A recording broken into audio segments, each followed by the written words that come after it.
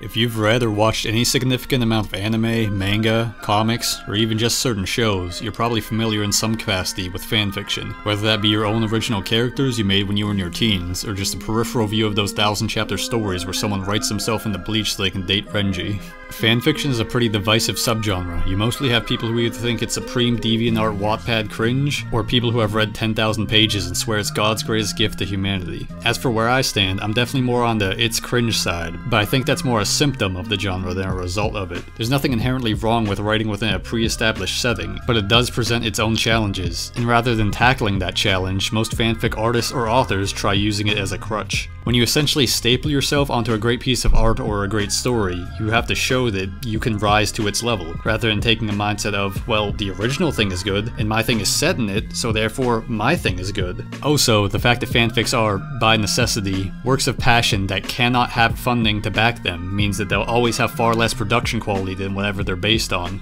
Due to all this, and obviously the fact that literally anyone can make it, fanfic is very rarely able to match up to its source material. But even more rare than that is for a fanfic to actually surpass its source material.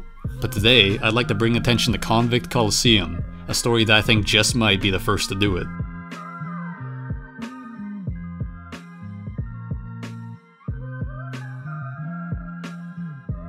The source material for the fanfic in question is Kengan, also known as Kengan Ashura and Kengan Omega. I'm going to try and be brief here, however there's a few important things to understand about Kengan to understand Convict Colosseum, or CC as I'll be calling it to save time. Kengan is a fighting manga series that has largely been compared to Baki, however much less insane and far less questionable art. This doesn't mean that Kengan itself doesn't have its own ridiculous powers or moments, such as Barack Obama and Vladimir Putin showing up to view a secret death tournament, or a clan of assassins who use their hair as weapons. Kengan is very strange because it will ping-pong between the most outlandish, Street Fighter-ass fighting styles and abilities you've ever seen, and then some guy who's just really good at judo will show up and kick their asses. The other thing you need to know about Kengan is that it's split into two series, Kengan Ashura, the original, and Kengan Omega, the sequel. Ashura is pretty widely regarded, at least by the Kengan community, as a masterpiece. However, Kengan Omega has mixed reviews at best. Fans have been extremely critical of Omega for a long time. Sometimes the community's own subreddit will be filled with nothing but direct insults at the authors and artists over how shit the story has become. The fact that they began using AI definitely didn't help either.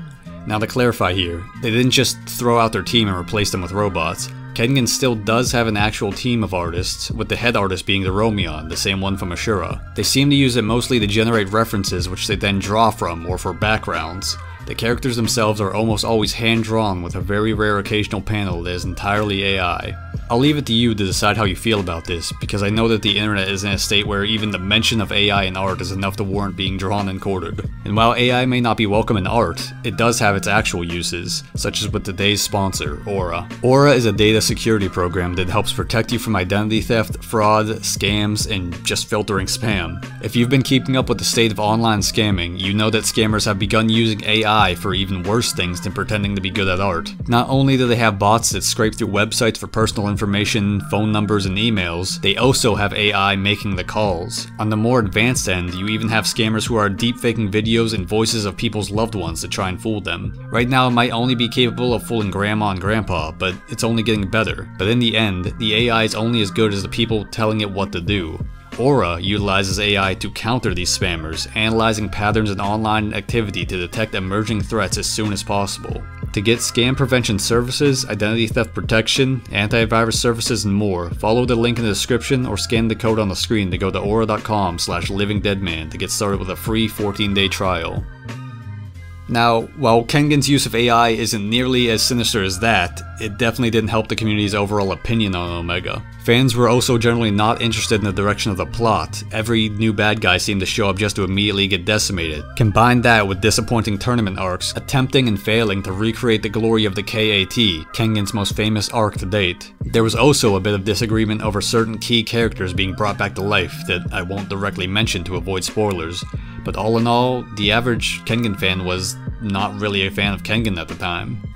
Enter the Real Champion Tournament. Now I've tried my best to remain impartial and just give you the facts and general community feelings on Kengan so far, but I cannot hold back on this one. I am chugging straight haterade. Fuck this bum-headed bitch ass, bum bitch, fuck you Sandro ass, this stupid son of a bitch. I'm not flaming, I'm just saying. I would normally give a warning and say spoilers inbound, but nothing that happens in this arc matters at all, and it all fucking sucks. So basically you have this motherfucker, Shen Wulong, the connector, who gets a name drop every single time he shows up, and he's basically the Yujiro Hanma of Omega. He's so incontestably the top dog that it ain't even close. He agrees with the Kengan committee, who are the people running all these secret underground death matches that aren't even death matches anymore since they banned killing at the start of Omega, that he'll chill out on all his weirdo evil plans of brain transplants and cloning and shit if they bring him someone worthy of fighting. So they hatch the scheme of having a real champion tournament where they pull from all the other underground fighting venues to have the most mega ultimate tournament of all time and decide who the strongest motherfucker there ever was to fight the connector Shen Wulong. Now all that's a little silly maybe, but that's alright so far. However, they have preliminary matches to decide who even gets a chance to fight in the tournament, one of them being between these two, Kano Agito and Jirota. Kano's an OG from Ashura, one of the top dogs in the series, but Jirota pulls an upset and wins, so he's in the tournament, cool. Except Kano just shows up to the motherfucker anyway. Why? No one fucking knows, he just does. And not only that, he wins the fucking thing. How, may you ask? Well, he received an absolutely incredible power boost, which is discovering that he can punch with both hands. Standing in the kitchen, had to with both hands. I could go on for a long fucking time about how stupid this arc is, or how the fights in the tournament are boring as hell, or how they introduced a bunch of random nobody ass characters that no one cares about and wasted our time on their irrelevant boring backstories that don't matter at all, or how this entire tournament legitimately doesn't even fucking matter because the connector Shen Wulong doesn't even give a shit about it and is out in the woods training other characters to reach his level instead, and we don't get to see any of that. The specifics on why this is one of the worst tournament arcs of all time doesn't really matter though. The important takeaway is that this was the peak of outrage among Kengan fans, but ultimately, all of this is basically a symptom of Kengan Omega's actual problems, the ultimate amalgamation of its flaws. A lot of people might look at Omega and say that it's a cash grab, that Sandro hit one home run with Ashura and made Omega to just cash in and rake in the money as long as possible, and maybe they're right, but honestly, I think it's a bit more complicated than that. During Ashura, the Kengan team was a small, tight-knit staff that honestly were just barely managing to put everything together and get it out there. It's honestly kinda incredible watching how much the series, or rather the people making it, grew over its lifespan. A lot of people don't even remember the days when Kengan was a nearly unknown manga that you could barely even find online. But now Sandro is actively writing for at least 3 different ongoing weekly manga, and even if Deromian has seen incredible improvements in his art, drawing page after page of panels after panels at this level weekly is something that would wear anyone down. Dero is capable of incredible art, and every now and then we see Sandro still does have some ideas left for Kengan, but the Shonen magazine release schedule has a firm grip on their souls.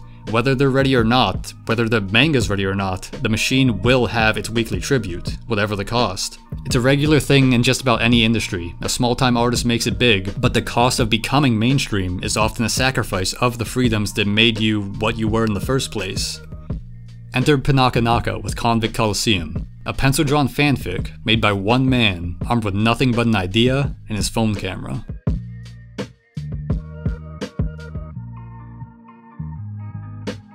Convict Colosseum came out around the time when the fans of Kengan were reaching critical levels of "it's over" during the Real Champion Tournament. In fact, the only reason I ever found Convict Colosseum is because the Real Champion Tournament was so fucking bad, it forced me to open Reddit for the first time in 3 months just to make sure everyone else hated this shit as much as I did.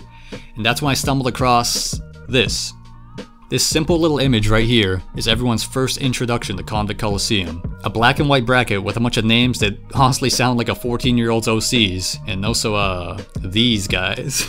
I won't lie to you and say that CC came out to a roaring start. Almost all the starting fights and the majority of the first round are pretty quick, simple, and predictable. I actually made a prediction bracket where I guessed who would win just based on the names before I even read a single picture and got almost everything right in the first round. However, I don't think this actually detracts from the series. CC takes a very unique position because it's a fighting comic that is purely about one singular tournament, There was no build up to the tournament. There was no overarching subplot to overthrow the organizers. There was no main character. None of the fighters even get real names, only ever referred to by their epithets. It's simply about a tournament where the best fighters in prisons across the world are gathered together and the winner earns their freedom.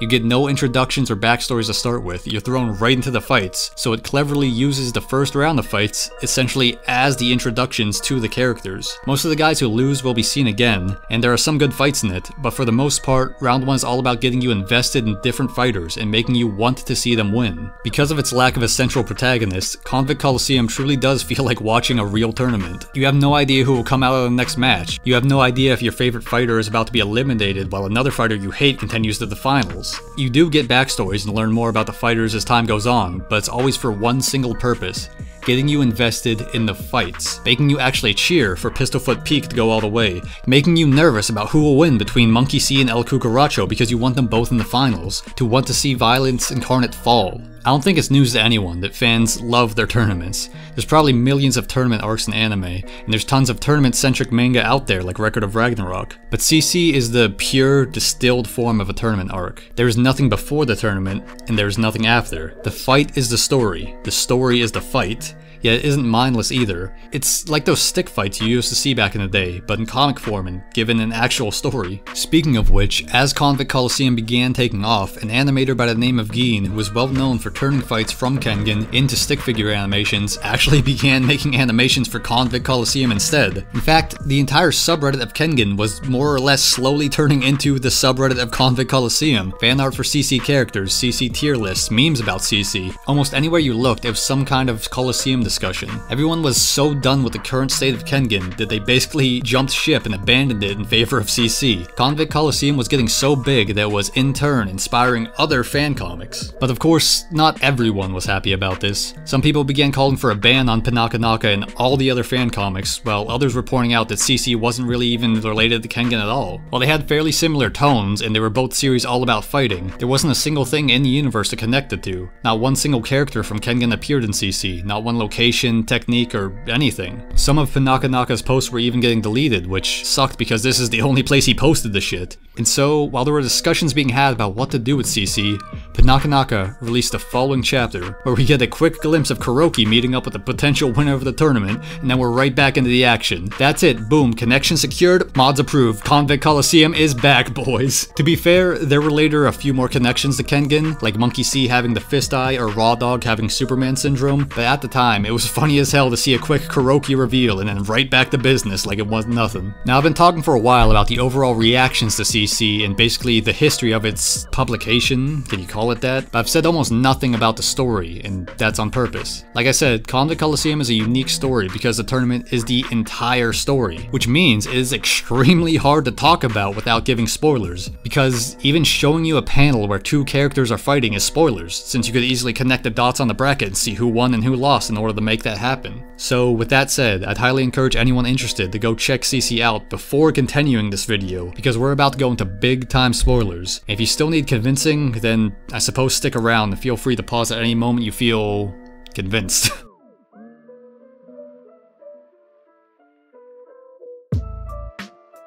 Now, I won't lie to you and say that the initial presentation of Convict Colosseum is pleasant. So far, the only way to read it is via Imgur, where it's usually posted panel by panel rather than page by page, and I'll never forgive Pinakanaka for making me actively use Reddit to try and keep up with the irregular updates. But anyways, let's start things off the way every chapter starts off, the bracket. A whopping 32 fighters with a total of 31 fights. The roster is as follows. Pistolfoot Pete, a southern cowboy type known for his lightning fast kicks. The Pure One, a stereotypical skinhead you can probably find in any prison.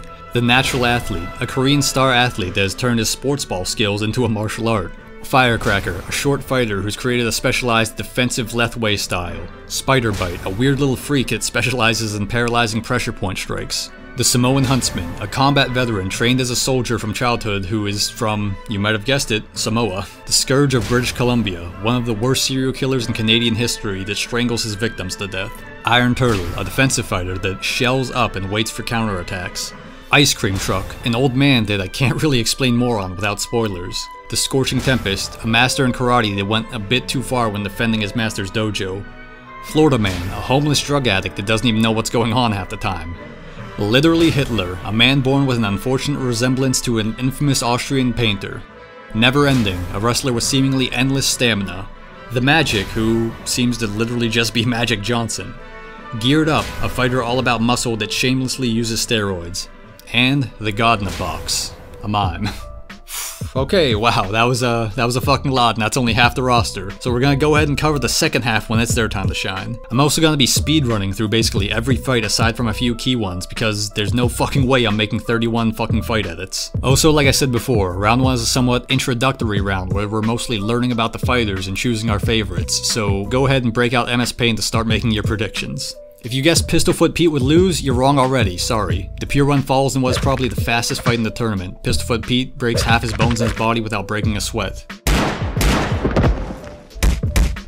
Match 2, Natural Athlete takes a strong start against Firecracker, utilizing a wide variety of sports ball-based moves, but ultimately falls against Firecracker's explosive counters.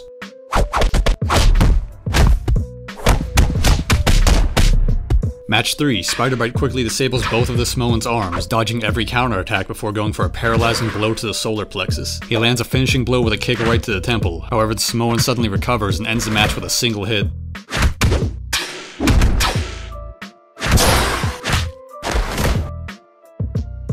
Match 4, the Scourge opens up with a series of ineffective blows, just barely avoiding Iron Turtle's palm strikes. Scourge begins launching back with slashing attacks aimed for the arteries, but nearly has his head crushed. He snags Iron Turtle's belt and uses it to choke him, eventually swapping out for direct strangulation and biting off some fingers before the ref stops the match.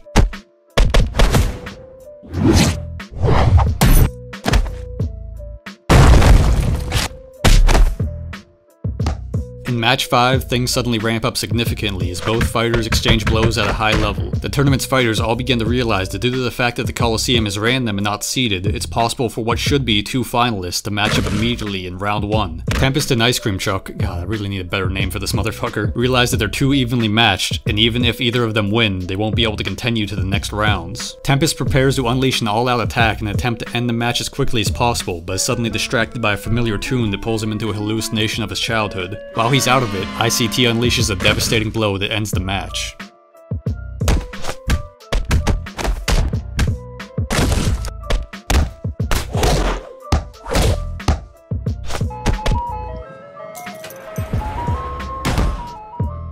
Match 6 looks like a clickbait YouTube thumbnail as we see Florida Man face off with literally Hitler, who will now be known as Flo Rida and LH. The audience boos LH while the ref fights with Flo Rida to keep his clothes on. Flo Rida doesn't even seem aware that he's in a fight, much less a tournament, allowing LH to immediately blitz him while lamenting about his resemblance to a certain European chancellor. Most of the match is essentially a Monty Python skit of trying to find as many ways as possible to make LH accidentally look like a member of the National Socialist German Workers' Party. A clueless Flo Rida gets a few hits in, but mostly gets his ass kicked the whole round. He loses 2 of his fingers and starts bleeding out. However, LH forfeits and gives Flo Rida the win because he was the first person to ever see him for him, rather than for his likeness to a certain German author.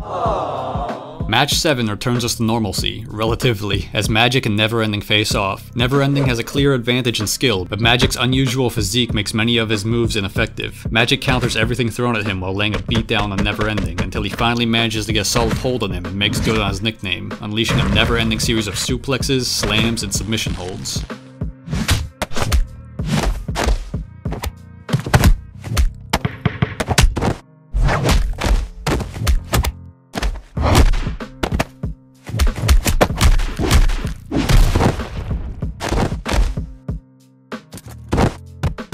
Match 8 takes us right back into the Twilight Zone, with Geared Up fighting God in a Box, who I'm gonna call GOB from now on because it's easier. Yeah, I know that acronym doesn't work, but it sounds better than GIB. Geared Up, along with all the other fighters, are shocked beyond belief as GOB seems to utilize actual, real fucking magic, deflecting attacks with his invisible box. He continues utilizing mimicry of objects that aren't there, even starting to use them offensively. Wait, are we sure this isn't a Baki fanfic? The ref starts questioning reality, searching the crowd for some kind of sniper, but finding no answer for how GOB is able to pull off these impossible feats.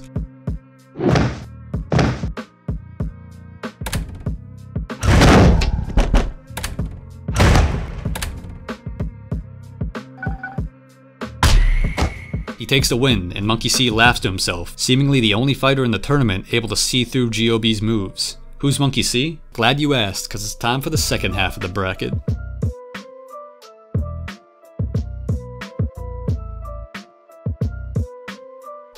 Okay, 32 fighters and 31 fights is a lot to cover, so let's not waste any time. We have Beatdown, a music-loving capoeira expert. Boogie Woogie, a disco dancer that turns his dance moves into, fighting moves. Arm Thief, a submission hold master that specializes in breaking arms, if you can believe it. Sonic Boom, a boxer known for his high-speed punching. El Cucaracho, a man infamous across the Americas for being unkillable. Danger, a stuntman that's turned his practice into a fighting style. The Cuban Missile, a man with a body of iron that utilizes it for offense and defense. Monkey C, a relaxed fighter that studies his opponents and copies their moves. Violence Incarnate, a fighter that combines overwhelming power with high-level martial arts. The Kyokushin Hammer, a master of Kyokushin karate capable of penetrating any guard. Raw Dog, a seemingly superhuman freak that can't say anything other than the name tattooed across his chest. The Karmic Blade, an assassin skilled in deception and trickery. The Abyss, this guy. The American Dream, a modern-day pirate that wishes to conquer the seas. Holy Scythe, an Amish man who's honed his body with years of training and hard labor. And finally, Tomahawk, a proud warrior of the Navajo. So, let's get this thing started. Match 9, Beatdown immediately opens up with a verbal beatdown of Boogie Woogie before the fight even starts, mocking him over his seemingly surface-level knowledge of disco. But once the match starts, Boogie frustrates BD by dancing around all his attacks, literally. BD is on the back foot while Boogie starts going on the offensive, before BD suddenly starts joining in with the disco dancing. BD says he was just pretending to be outmatched, launching a counter-assault that leaves Boogie helpless and revealing that the nickname Beatdown comes from the fact that he memorizes his opponent's rhythm, getting their beat down rather than because he lays the beat down. Boogie's disco dancing style makes him an easy matchup for BD, who takes the match.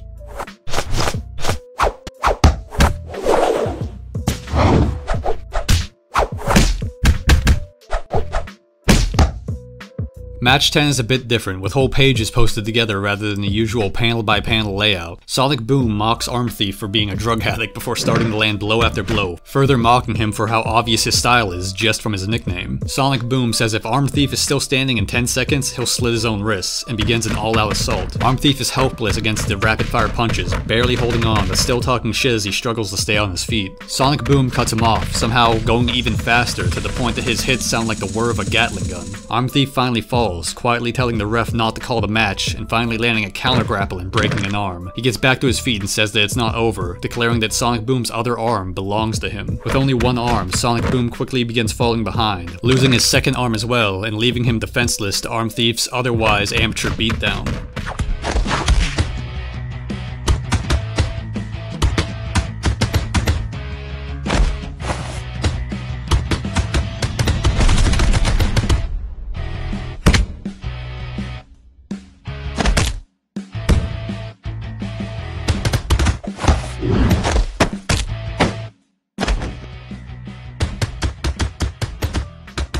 Okay, as I'm writing and reading this, I'm realizing that even with these rapid-paced recaps, this video is gonna be like 3 hours long if they don't speed things up. I hope it's done the job of getting you interested enough to actually read Convict Colosseum, because I'm about to spoil the next couple fights in a way that isn't even kinda satisfying. We're going ultra rapid fire, so go read them and come back if you want to actually experience it. Match 11, Danger uses his stuntman skills to roll with the punches and avoid actual damage, while Cucaracho just tanks the damage. Cucaracho's legitimate endurance wins out against Danger's faked endurance. Match 12, Cuban Missile outclasses Monkey C physically, but is completely unable to land a hit. Monkey C copies Cuban Missile's moves and takes the second flawless victory of the tournament, taunting the rest of the roster to try and beat him. Match 13, Kyokushin Hammer is outmatched before revealing his ultimate move, the Kyokushin Hammer, which uses a concept of Fa-Jin to deal damage even through an opponent's block. Violence Incarnate is unimpressed and launches back with his own, far more effective Fa-Jin strikes, essentially using Kyokushin's ultimate move over and over with ease. Match 14, Raw Dog far outclasses Karmic Blade even with his mindless fighting style, forcing him to whip out a bunch of hidden weapons. The rules of the tournament declare that anything a fighter can sneak past inspection is legal, but even the blades aren't enough and Karmic Blade is forced to become Karmic Gun, putting the dog down and winning the match before getting tackled by security. Match 15, American Dream spouts off about how Manifest Destiny shouldn't have ended at the West Coast and should have continued out into the ocean, while Abyss just sits there. Every attack American Dream sends is caught and absorbed into Abyss, who eventually chokes him out for the win.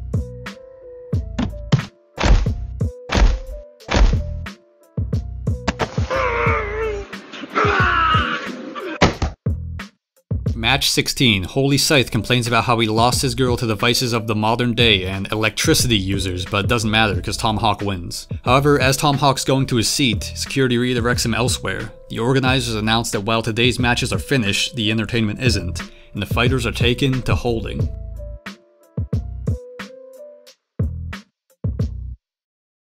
Holding, obviously taken from the usual idea of prison holdings, is essentially a special, unofficial round of the Colosseum. Between each round, the winners are taken to holding, locked in with each other while their cells are sorted and preparations are being made. This is broadcast to the audience of the tournament for entertainment, and essentially, anything that happens in holding is fair game, making it a golden opportunity for weaker fighters to kill off stronger opponents they can't handle in a fair 1v1. The prisoners, of course, aren't directly told any of this, they're simply caged in and left to their own devices. Some of the fighters try mingling with small talk, while others are cautious, and some use it as an opportunity to try and learn more about the competition. Flo Rida, however, spends his time resting after nearly dying in his fight. After 16 chapters of nothing but brutality and all-out bloodshed, it's almost surreal to watch the fighters just being normal people, aside from GOB, who continues freaking everyone out with his memory. Peace doesn't last long though, as fighters start getting ideas about taking out the competition, complaining about Karmic Blades cheating, or just plain getting impatient. Violence Incarnate is the first to step up, openly challenging the strongest fighter to come out and face him right here, right now, declaring that they know who they are. ICT sighs, but Kukuracho is the one who steps up, leaving Monkey C disappointed as he wanted to know who Violence Incarnate was going to choose. God damn, these nicknames really start sounding fucking dumb when you're talking at length like this. Violence Incarnate, who will now be called VI, says Kukuracho ain't the one. You're not that guy, pal, trust me. You're not that guy. And tells him to fuck off, sending him into the wall. Kukuracho gets right back up and declares the opposite, telling VI, yeah, you're the one.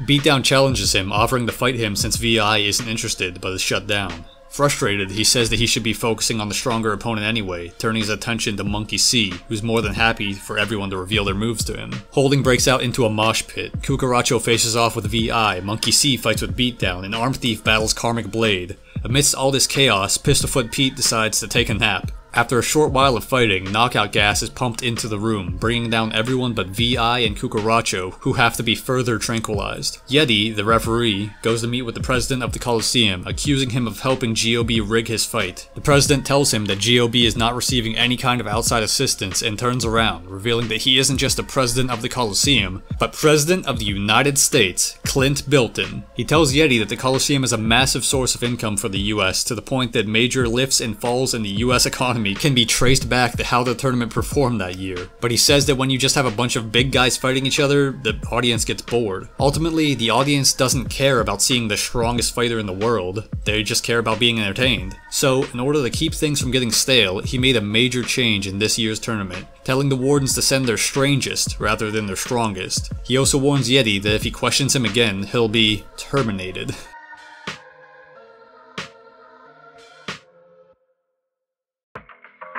God damn, we're almost a half hour into this already and only on round 2? Well, don't worry, because this is where the fights really start to go crazy. I honestly wish I could make edits for just about all of them, but there's only so much time and non-copyright claimed music. Round 2, match 1 starts with Pistolfoot Pete versus Firecracker, and we now get stat cards for the fighters that include their crimes. We see that Pistolfoot Pete was on that good cushion alcohol, while Firecracker was... Child, huh?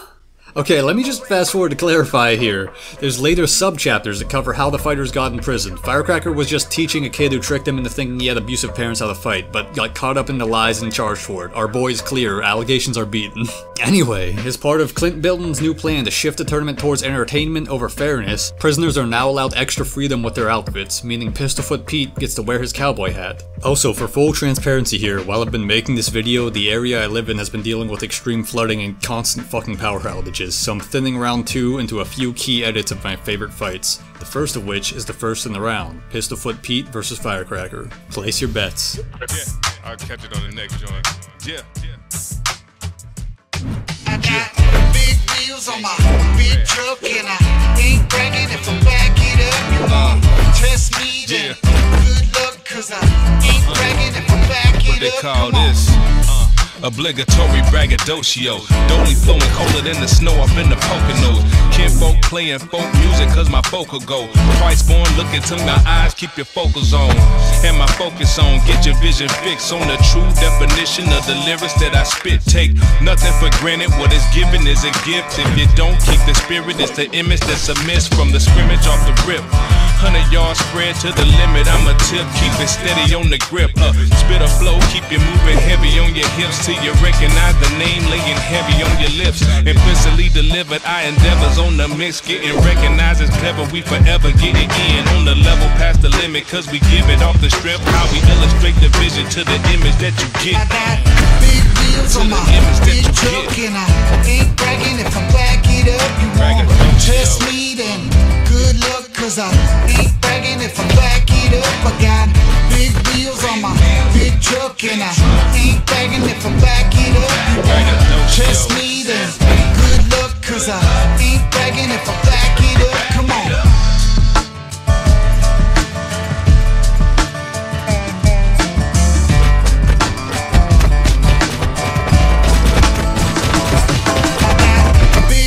On my big truck, and I ain't bragging. If I back it up, you won't test me, then good luck, cause I ain't bragging. If I back it up, I got big wheels on my big truck, and I ain't bragging. If I back it up, you won't test me, then good luck, cause I ain't bragging. If I back it up, come on. Rewind, reimagine, recalibrate. After a dominant opening by Pistolfoot Pete, Firecracker shows off the pinnacle of his defensive left-way style, where he keeps a tight guard, rushing through an opponent's offense until he can get in range to counterattack with everything he's got. Unfortunately, it isn't enough, as Pete ramps things up himself, blocking every single strike from Firecracker using just his kicks. Firecracker, along with the rest of the convicts, realize he's heavily outmatched, and he thinks back to his philosophy that a man should be tough over everything else. Rather than just surrendering, he opens himself up to whatever Pete throws at him, and finally falls. The next fight up is Simone Huntsman versus the Scourge of BC. LH and Tempest have been watching the fights from the stands, giving their thoughts and opinions. And LH says that he recognizes the Simone's tattoos. He says that he was once in the military and that he saw a squad of mercenaries with similar markings that were rumored to be super soldiers. He says that this match will be between a killer of passion and a killer by trade. Huntsman shocks everyone when he walks out wearing a belt. At first, it's not obvious to everyone the point of this, but because in the first round, Scourge nearly choked his opponent out using his own belt, Huntsman openly coming out wearing one is basically an open challenge. Before the fight even starts, Scourge is tweaking hard and has to be held back by the ref, but the Huntsman tells him to get out of the way and just start the match already.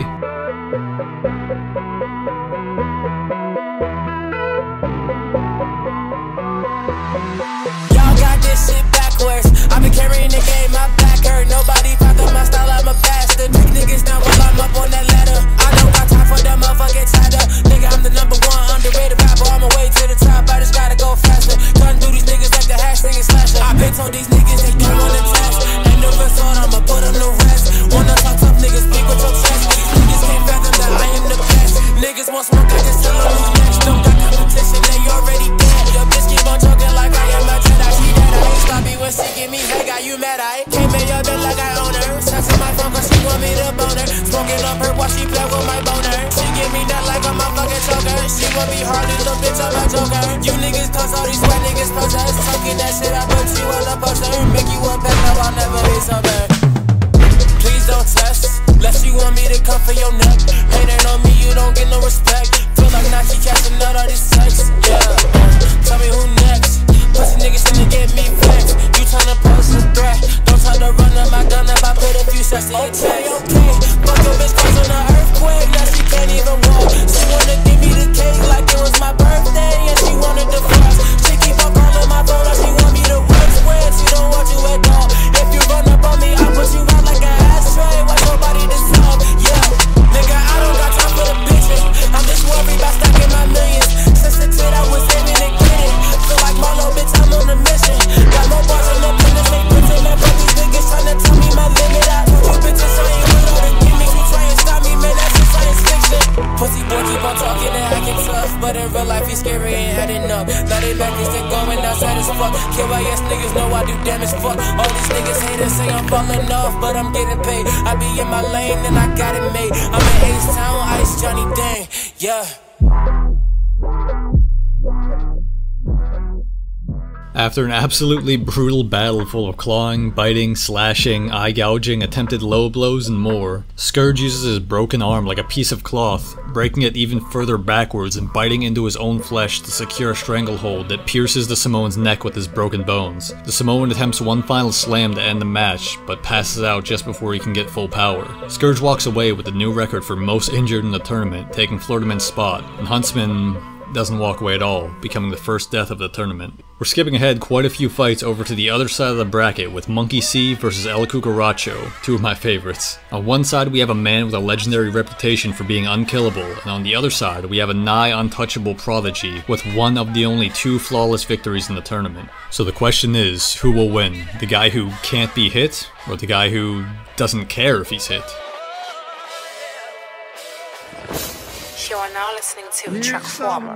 Bitches give me play cause I'm the hardest in my section, and I black on wax like Charlemagne's complexion. Devil like when I'm vexing, you niggas play your position, placing bets on people's lives when I'm swerving through intersections. You sparring with a veteran, what I'm causing is tension. The rawest artist spitting, the one that y'all gotta mention. Fuck is with all the tension, I'm coming up from the trenches, corner stores, drug spots, business right off the bench. Yeah, no need to question my axe illa. Your bar small, mine big as the John Mac Miller.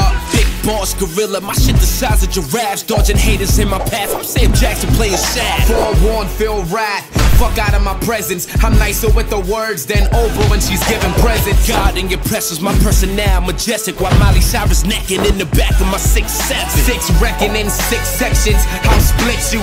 Born to make it bang, bitch. My Zodiac's a pistol. Bulldogs, you shit shoe. Your bitch don't miss you. She sucked my whole team off and spit the kids on tissue. Nah, nigga, it ain't an issue. Y'all guaranteed to feel me cause I tear shit up like Kobe's Achilles. Lifespan, Milli Vanilli, Vanilla Ice, and MC Hammer. I put them bands on your face, no country grind. Style bananas like a baboon's eye, and my fans do riot cause I'm cracked through sign. I see get through's minus, you fucking with the finest nigga in the game, bitch, body your highness. I'm over here killing you niggas with pliers, steroids all in my balls, McGuire. Call me sire, poisonous, give you work. We supply the buyers. Work. Car crash, guitar smash, nigga getting your guard smashed. Getting the internet piss coming for a nigga in all caps. Nigga wanna talk about me like a bitch on E, multiply by 3 at the part siege, nigga. God, WWE, nigga. Ha. Fuck the internet, get your bitch wet. Nigga fucking with the rebel is a red rat. In the studio when it sound like spit tag. We stepped in, all these little niggas get stressed. Boom, bye when a nigga wanna talk shit. Blood clap and I decide to toss it. My go, my flow, I go. Psycho. Didn't know these niggas ever since I was a zygo. Spit, play, fight, the human talks pipe. Dick low key, but she still hit a high note. Run to your town like Jumanji on a rhino. Get more green to the side of the mono. Yeah, I got that fucked up powers in my hair, nigga. Go, cool, toe, chew. I don't fuck around, that's what hoes do. Money to a nerd, snatching lunch, doing dirt. Vert did this flow, but T.I. did it first. Yeah, I'm round, I'm in it. So I wake up in a Bugatti. They don't let us in with my tins and we turn up in that lobby. I'll throw up in your Bugatti. Switch lanes in that Rari. Known to guess you're poppin'. Trinidad with Molly. Pop the tires of your Rari. With bird shit on your window. Put pressures up in your pasture while the bitch going through a menstrual. Menstrual, I'm mental. Fine nigga then face this. I'll put the rims in your grill. Hope you enjoy bracelets. Playing dominoes with the woolly mammoths. Painting pictures with the scriptures with a holy canvas. Cohiba smoking, bitch poking while my mind dances. Hell's Kitchen smacking Hitler, Whitney Houston dancing. I'm Sub-Zero, Rob De Niro in his best role. Punchlines take away your soul and leave a chest cold. Recognize that I'm bringing hell. I'm coming for your bitch's head.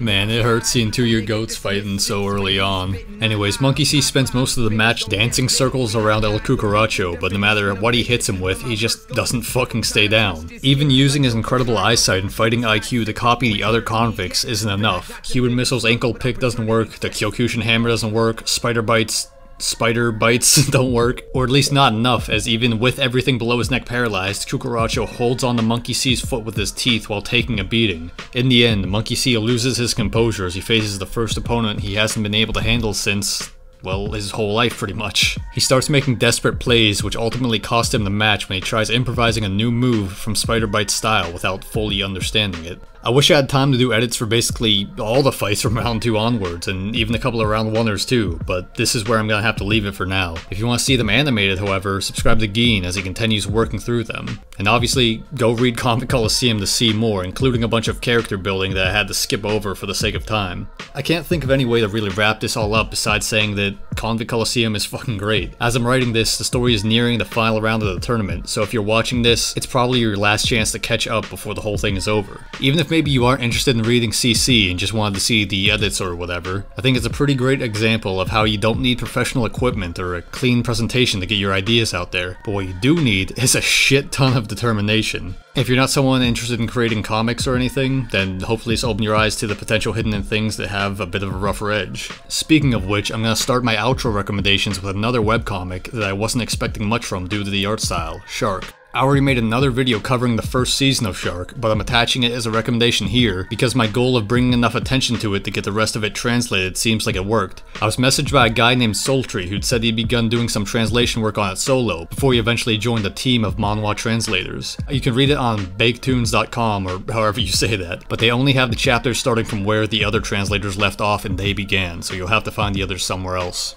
Second recommendation is Centuria, a somewhat new manga with a very berserk-esque feel and art style, although quite a bit cleaner. It stars a slave boy named Julian who gains supernatural powers after the slave ship he's on is attacked by deep-sea monsters, leaving him and a baby as the only survivors. He vows to use these new gifts to try and forge a better life for him and Diana, where they can live free. My final recommendation is War of the Adults. It stars Yutaro, a delinquent trying to reform his ways to be a proper adult after his father has passed away, but unfortunately before he even gets a chance, he's hit by a truck and ends up in a coma. When he wakes up, he finds himself in a new magical land where he can level up and not really. He wakes up 15 years later, now in his 30s with almost no life experience. Yutaro is confused by the new technology of the modern world and social media, but mostly he's baffled by the existence of Garden, a live streaming site that has cameras across all of Japan, where viewers essentially control a caste system of how adult you are. Okay, that's the end for real now. Sorry this video took a while, but I'm working on some hopefully big stuff behind the scenes. If you're interested, check out my Patreon. If you want to see some other stuff, I have a second channel where I'm just gonna put bullshit. See ya. I don't think I ever had a reason why. Yeah, but it is fun, yeah, this shit is do or die. Yeah, said I gonna do it, did I ever lie? Yeah, if you saw me now, we should be terrified. Yeah, terrified. Yeah, terrified. Yeah, if you saw me now, we should be terrified. Yeah, take a fucking look, got you paralyzed. Yeah, if you saw me now, we should be terrified.